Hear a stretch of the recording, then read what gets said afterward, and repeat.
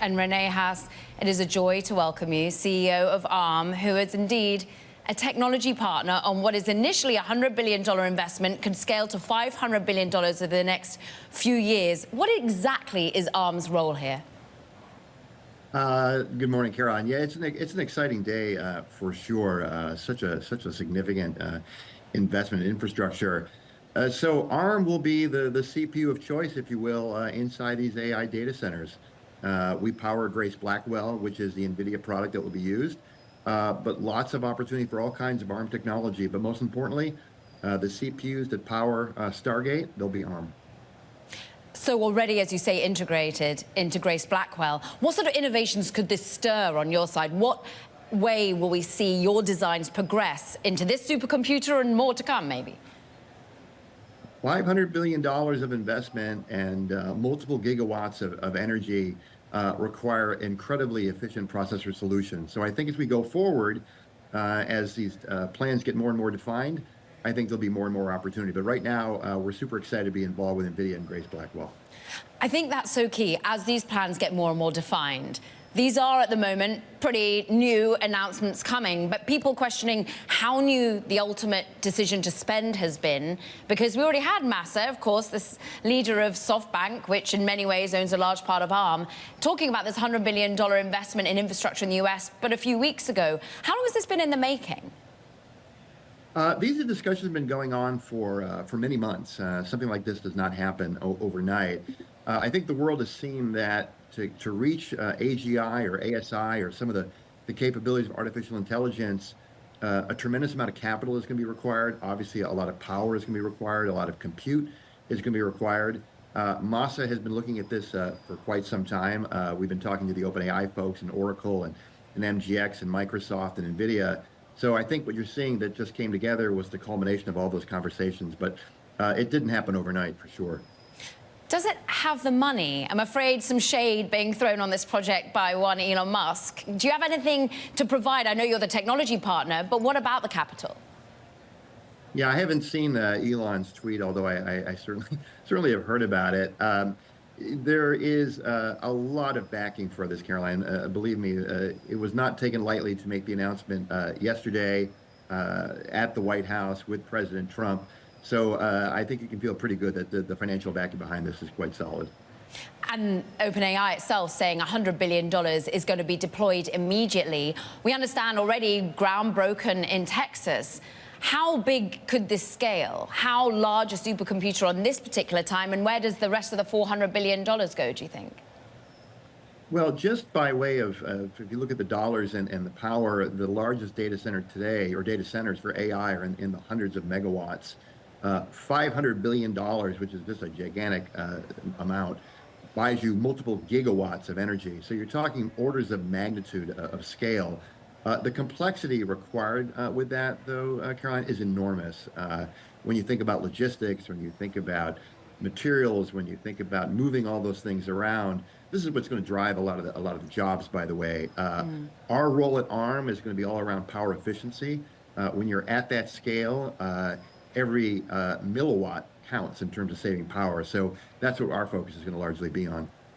Talking of jobs, have you got the talent for this particular project? Where do you need to be allocating to at the moment? Is it talent? Is it bringing in yet more technology? Is it even making acquisitions?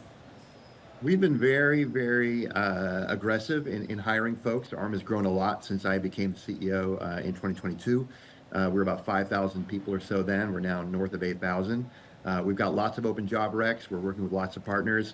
It will take a lot of talent to pull this off, but that's why we have a lot of partners involved in this as well, whether it's Microsoft, NVIDIA, Oracle, OpenAI. It's going to take a village, but we're so excited about the opportunity and just the benefits I think it's going to bring to humanity.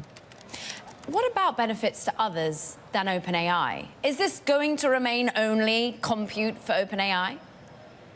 Right now, that's all we're talking about is OpenAI as the primary partner. And again, our role at ARM is really going to be providing the efficient processors. I'm super focused on that. It's a big problem to undertake, but we're thrilled that we're going to be the CPU of choice inside these data centers. I remember a little while ago, in about May of last year, having a conversation with another person in chips who's all about efficiency on energy, who actually is also called Rene. And I'm talking about Ampere here. They have a close relationship with Oracle, and SoftBank has potentially been interested. How do you feel about the relationship you're doing with Oracle right now, and could there be some sort of working relationship with Ampere? Rene James is a great friend. Ampere uses ARM CPUs. Oracle is a big user of Ampere CPUs. So I imagine in some way, shape, or form, yeah, I think Ampere will be involved in this. Do you think they'll ever become part of the SoftBank conglomerate of chip expertise? Yeah, that part I can't go too far on, but I think, ARM being the center of this is probably one of the key data points from this announcement. Just on ultimately the laser focus that you have on this energy side of things and the efficiency side of things, but also that dovetailing with Massa's vision, your own vision, to be ever more relevant in data centers. Is this the project? Is this the fruition that we'll get? I think what you're seeing is a culmination of continued efforts in this space. We've been at the data center problem for quite some time. We understand it better and better each day, each week, each month, each year. You've got major deployments now for ARM compute. I would look at this as sort of the next phase of that evolution. Some of the problems that need to be solved around these AI data centers are very, very innovative, whether it's at the blade level or at the rack level. Every ounce of power counts, and we think we've got an amazing IP and solutions to go off and address that. Every ounce of power counts, every bit of capital counts, but also it counts to have relationships at the top of government, it feels like. And from a bystander here, there's friction. There's friction with Elon Musk and Sam Altman. How difficult is that for you to navigate? How hard is it for the US to win in this circumstance if we've got two key AI players going head to head? Well, there's always going to be competition, Caroline, no matter what market we're talking about. I was in Washington the last few days around the inauguration activities. One of the things I was just really struck with in talking to many of the new officials who are coming on board is just the amount of pace that wants to be applied to solving some of these problems. Again, to put up these large data centers is not only a huge task in terms of capital and compute, but you need permits and regulatory clearances and a number of different things that need to get done to pave the way.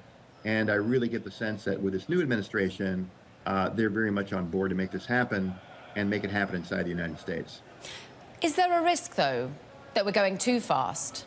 Because suddenly we're potentially getting those rules of the road, the regulation, and indeed some of the governance, well, just torn down in favor of pace.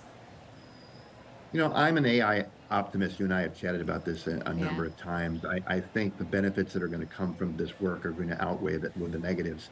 One of the areas I continue to be the most excited about is medicine, drug research.